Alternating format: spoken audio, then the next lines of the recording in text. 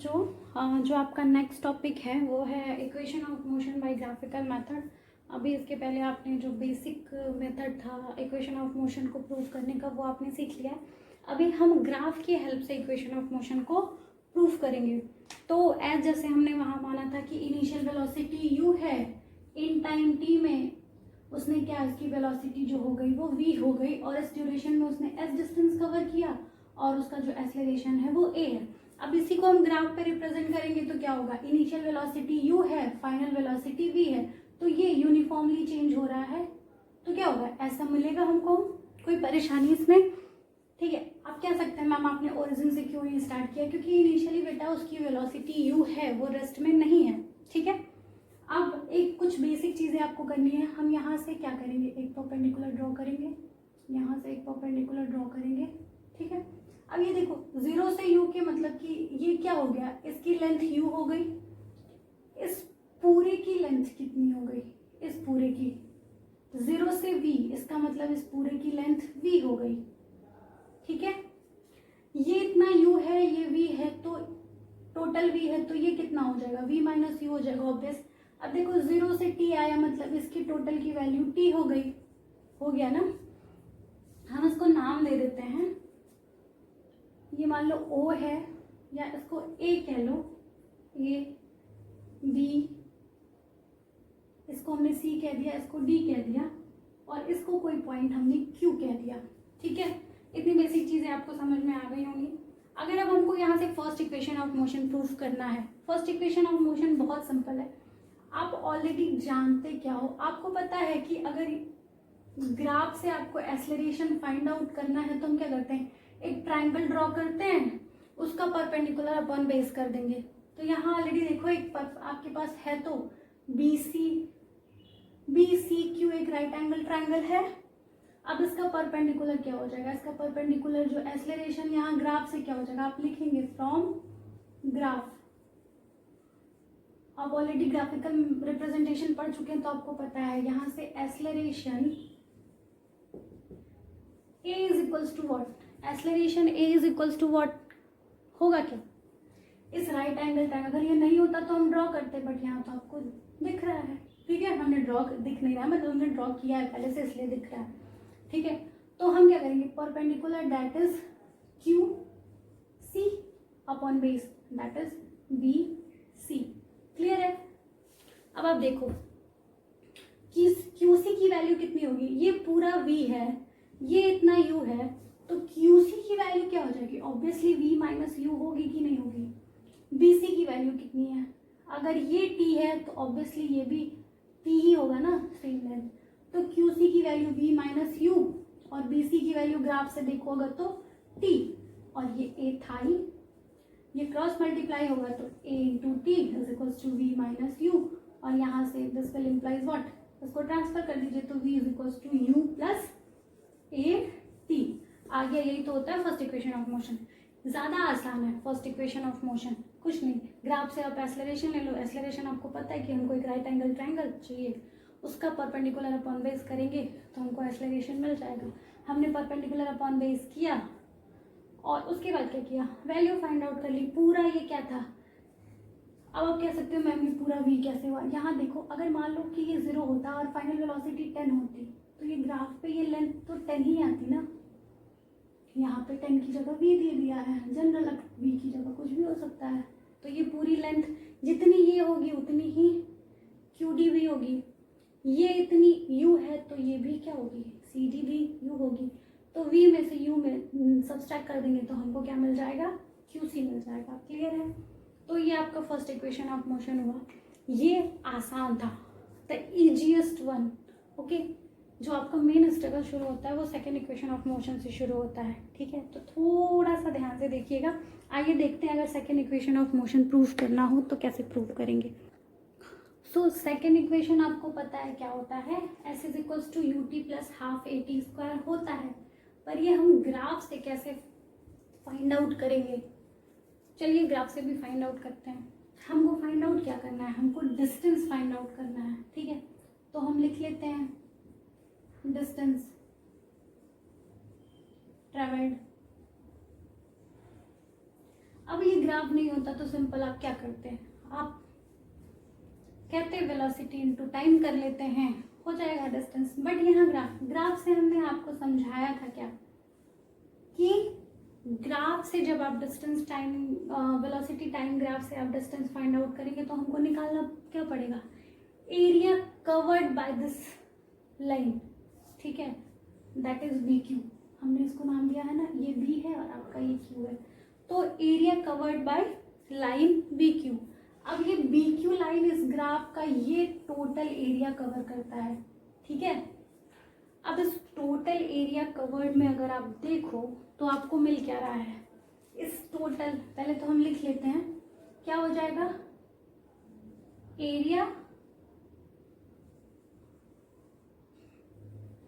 Area of graph covered by line B Q, ठीक है। और ये एरिया क्या है, इसको अगर आप ब्रेक करो तो ये एक रेक्टेंगल है और ये एक राइट एंगल ट्रायंगल है, तो इस एरिया को हम लिख सकते हैं, मतलब area of right angle triangle that is B C Q plus area of rectangle क्या है, आप देखो इसको हमने ए कहा है, B C D, rectangle A B C D, मतलब ये एरिया पूरा फाइंड आउट कर दे तो हमको ये क्या मिल जाएगा, ये हमको distance travel that is S मिल जाएगा, ठीक है। चलिए अब area of right angle triangle क्या होता है, half into base into height, हम उसको सिंपली बी इंटू एच लिख रहे हैं, ठीक है, क्योंकि हमारे पास स्पेस की थोड़ी कमी है।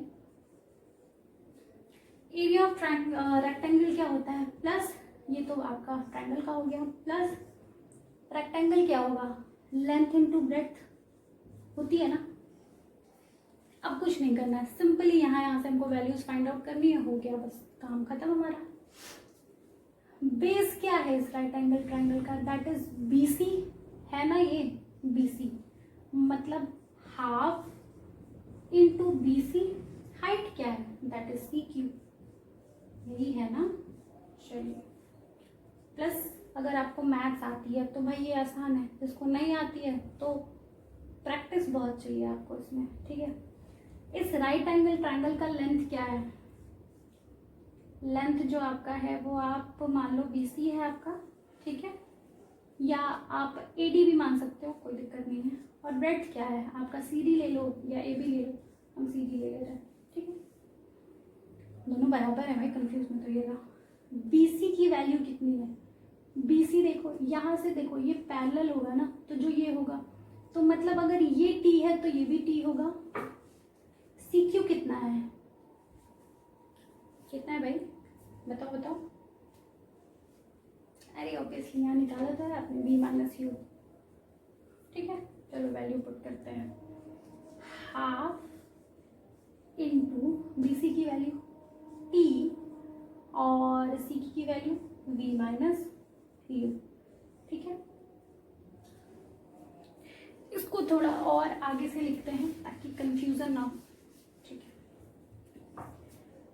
S is equals to half BC की वैल्यू हमने T यहाँ से फाइंड आउट की इंटू CQ की वैल्यू V माइनस यू, ठीक है। ये तो हो गया ट्रायंगल वाला भाई। अब आइए रेक्टेंगल वाला पार्ट, रेक्टेंगल वाला बड़ा आसान है, बस आपको क्या करना है, लेंथ क्या है CD की वैल्यू, अगर ये U है तो ये भी U होगा, प्रॉपर्टी है पैरेललोग्राम की, रेक्टेंगल में होता है ना, अपोजिट साइड बराबर होते हैं सामने सामने वाले, तो BC की वैल्यू U है, सॉरी BC की वैल्यू जो है वो आपकी T है और उसकी वैल्यू क्या है, U है, ठीक है। अब एक चीज आप यहाँ देखो, हमको कहीं भी इस इक्वेशन में U तो चाहिए, पर क्या V चाहिए, क्या नहीं चाहिए, तो V को हम हटा देंगे। कैसे हटा देंगे, फर्स्ट इक्वेशन ऑफ मोशन कहता है V is equals to U plus AT, तो V minus u is equals to क्या हो जाएगा, A इंटू टी। तो इस V माइनस यू की जगह हम AT लिख सकते हैं, कैसे लिख सकते हैं, फर्स्ट इक्वेशन ऑफ मोशन से, मतलब अभी जो आपके पास आ गया half into T into AT plus U into T, कोई परेशानी, और ये आपका भाई S इक्वल्स टू ठीक हो तो गया भाई। S is equals to u t, पहले लिख दिए, कोई दिक्कत नहीं। Plus t into t multiply होगा तो टी स्क्वायर हो जाएगा और हाफ का हाफ रह जाएगा तो ए टी स्क्वायर आ गया भाई सेकेंड इक्वेशन ऑफ मोशन आ गया। देखो बेटा ये बहुत ज़रूरी है कि आप कंसेप्ट को पकड़िए। हमको डिस्टेंस निकालना था, हमने पकड़ा कंसेप्ट को, हमने पता है हमको कि हमको ग्राफ से अगर डिस्टेंस फाइंड आउट करना है तो हम एरिया कवर निकालेंगे। एरिया कवर तो आपको दिखा कि ट्रायंगल भी है रेक्टेंगल भी है, तो दोनों के एरिया को फाइंड आउट करके ऐड कर देंगे, बस simple, there is nothing. But अगर आपने कंसेप्ट पकड़ लिया तो बहुत आसान है, नहीं पकड़ा तो फिर आपके पास एक ही ऑप्शन है कि आप रटेंगे, और अगर रटेंगे तो आप भूलेंगे। तो बेसिक है कि समझिए। और अभी आप 9th में हैं तो आप ये सारे मैथ्स पढ़ते हो, 11th की फिज़िक्स में बहुत सारे मैथ्स आपको नहीं आते हैं, तो आई होप कि आप ये सारी चीज़ें आप पढ़ेंगे। अब आते हैं थर्ड इक्वेशन ऑफ मोशन की बात करते हैं। चलिए उसकी भी बात कर लेते हैं, जब 2 कर ही लिया है तो। हाँ, तो थर्ड इक्वेशन ऑफ मोशन पे आइए। थर्ड इक्वेशन ऑफ मोशन कुछ नहीं करना है, जैसे आपने जब आप बेसिक मैथमेटिकल रोड से जब जा रहे थे आपने, तो आपने डिस्टेंस लिखा और वैल्यूज पुट की। यहाँ पे भी कुछ नहीं करेंगे, हम जहाँ से स्टार्ट करेंगे यहाँ पे भी डिस्टेंस ट्रेवल से ही स्टार्ट करेंगे। Distance travelled is equals to area covered by B Q. ठीक है, ये जैसा आपने सेकेंड इक्वेशन ऑफ मोशन में किया, एस इज इक्वल्स टू, अब यहाँ वहाँ पे हमने एरिया को ब्रेक कर दिया था क्या, रेक्टेंगल और ट्रायंगल में। ठीक है, यहाँ पे हम ब्रेक ना करके हम एक, आप अगर देखो तो ये एक ट्रेपेजियम भी तो बना रहा है ना।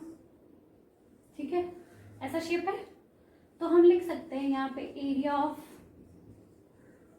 ट्रेपेजियम, और ट्रेपेजियम कौन सा है, ए बी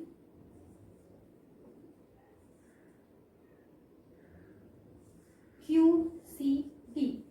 ठीक है, अब एरिया ऑफ ट्रेपेजियम क्या होता है, एरिया ऑफ ट्रेपेजियम जो होता है सम ऑफ पैरेलल लाइंस होता है।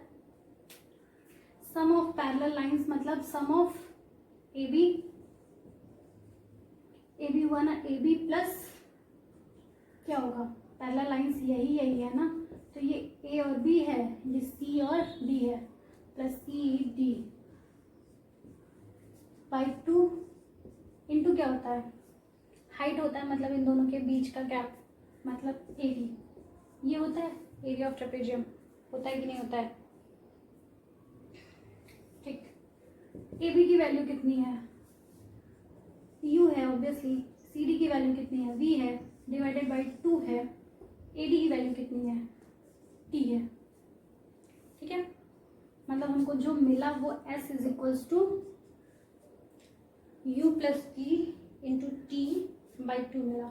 ठीक है, अब अगर आप देखो तो इसमें कहीं भी टी नहीं है, मतलब इस टी को हमको हटाना पड़ेगा, और उसको हटाने के लिए obviously first equation of motion, तो टी की जगह हम लिख क्या देंगे, t is equals to v minus u upon a लिख सकते हैं, ऑब्वियसली लिख सकते हैं।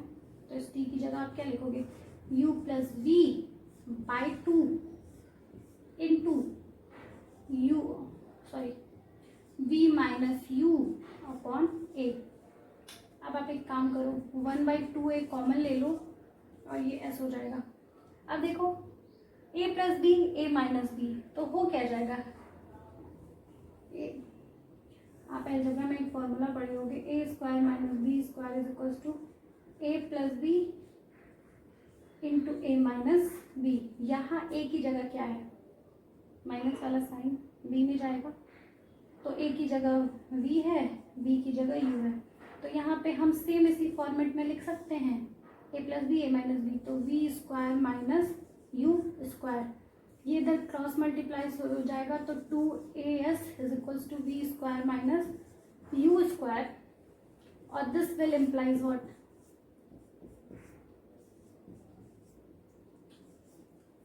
क्या होगा, इसको ट्रांसफर कर दीजिए, तो 2as plus u square is equals to v square, या आप इसको रिवर्स कर सकते हैं, तो ये हो जाएगा v square is equals to u square plus 2as। Space की थोड़ी कमी है, तो आई होप कि आपको इतनी चीज़ें समझ में आएगी। सिंपल सा है। यहाँ पे अब हम जो एरिया लिए थे वो एरिया ऑफ ट्रेपेजियम लिए थे, फॉर्मूला लिखा, वैल्यू पुट की और ये सॉल्व। ठीक है, आई होप कि ये आसान होगा। आसान नहीं है आपके लिए क्योंकि ऐसी चीज़ें आप पहली बार पढ़ रहे हैं, बट एक आपके पास सिंगल एक ऑप्शन है कि आप इसको रिपीटेडली समझिए समझिए समझिए, प्रैक्टिस करिए, तभी आएगा। ठीक है, इसके बाद से जो लास्ट टॉपिक है वो है आपका सर्कुलर मोशन। ठीक है, तो सर्कुलर मोशन के बारे में भी हम बात करेंगे। सो बच्चों, जो नेक्स्ट टॉपिक है और इस चैप्टर का सबसे लास्ट टॉपिक है वो है आपका यूनिफॉर्म सर्कुलर मोशन। ठीक है, वैसे तो ये टॉपिक बहुत ही ब्रॉड है, बट आपके सिलेबस में जो है वो बहुत ही छोटा सा, मतलब समझ लीजिए कि सिर्फ इंट्रोड्यूस किया है सर्कुलर मोशन को, और ज़्यादा कुछ भी नहीं है इसमें। ठीक है, तो सर्कुलर मोशन जैसा कि नेम ही आपको सजेस्ट कर रहा है कि मान लीजिए कि एक सर्कुलर पाथ, ठीक है, आई नो कि ये इतना सर्कल नहीं है, ठीक है, अज्यूम कर लो कि ये सर्कल है। ठीक है, इसका एक सेंटर होगा जिसको हमने ओ मान लिया। अब इस सर्कुलर पाथ में अगर कोई ऑब्जेक्ट मोशन कर रहा है तो इस ऑब्जेक्ट के मोशन को ही हम क्या कहेंगे? Circular motion. मतलब सर्कुलर मोशन का मतलब क्या हुआ कि मोशन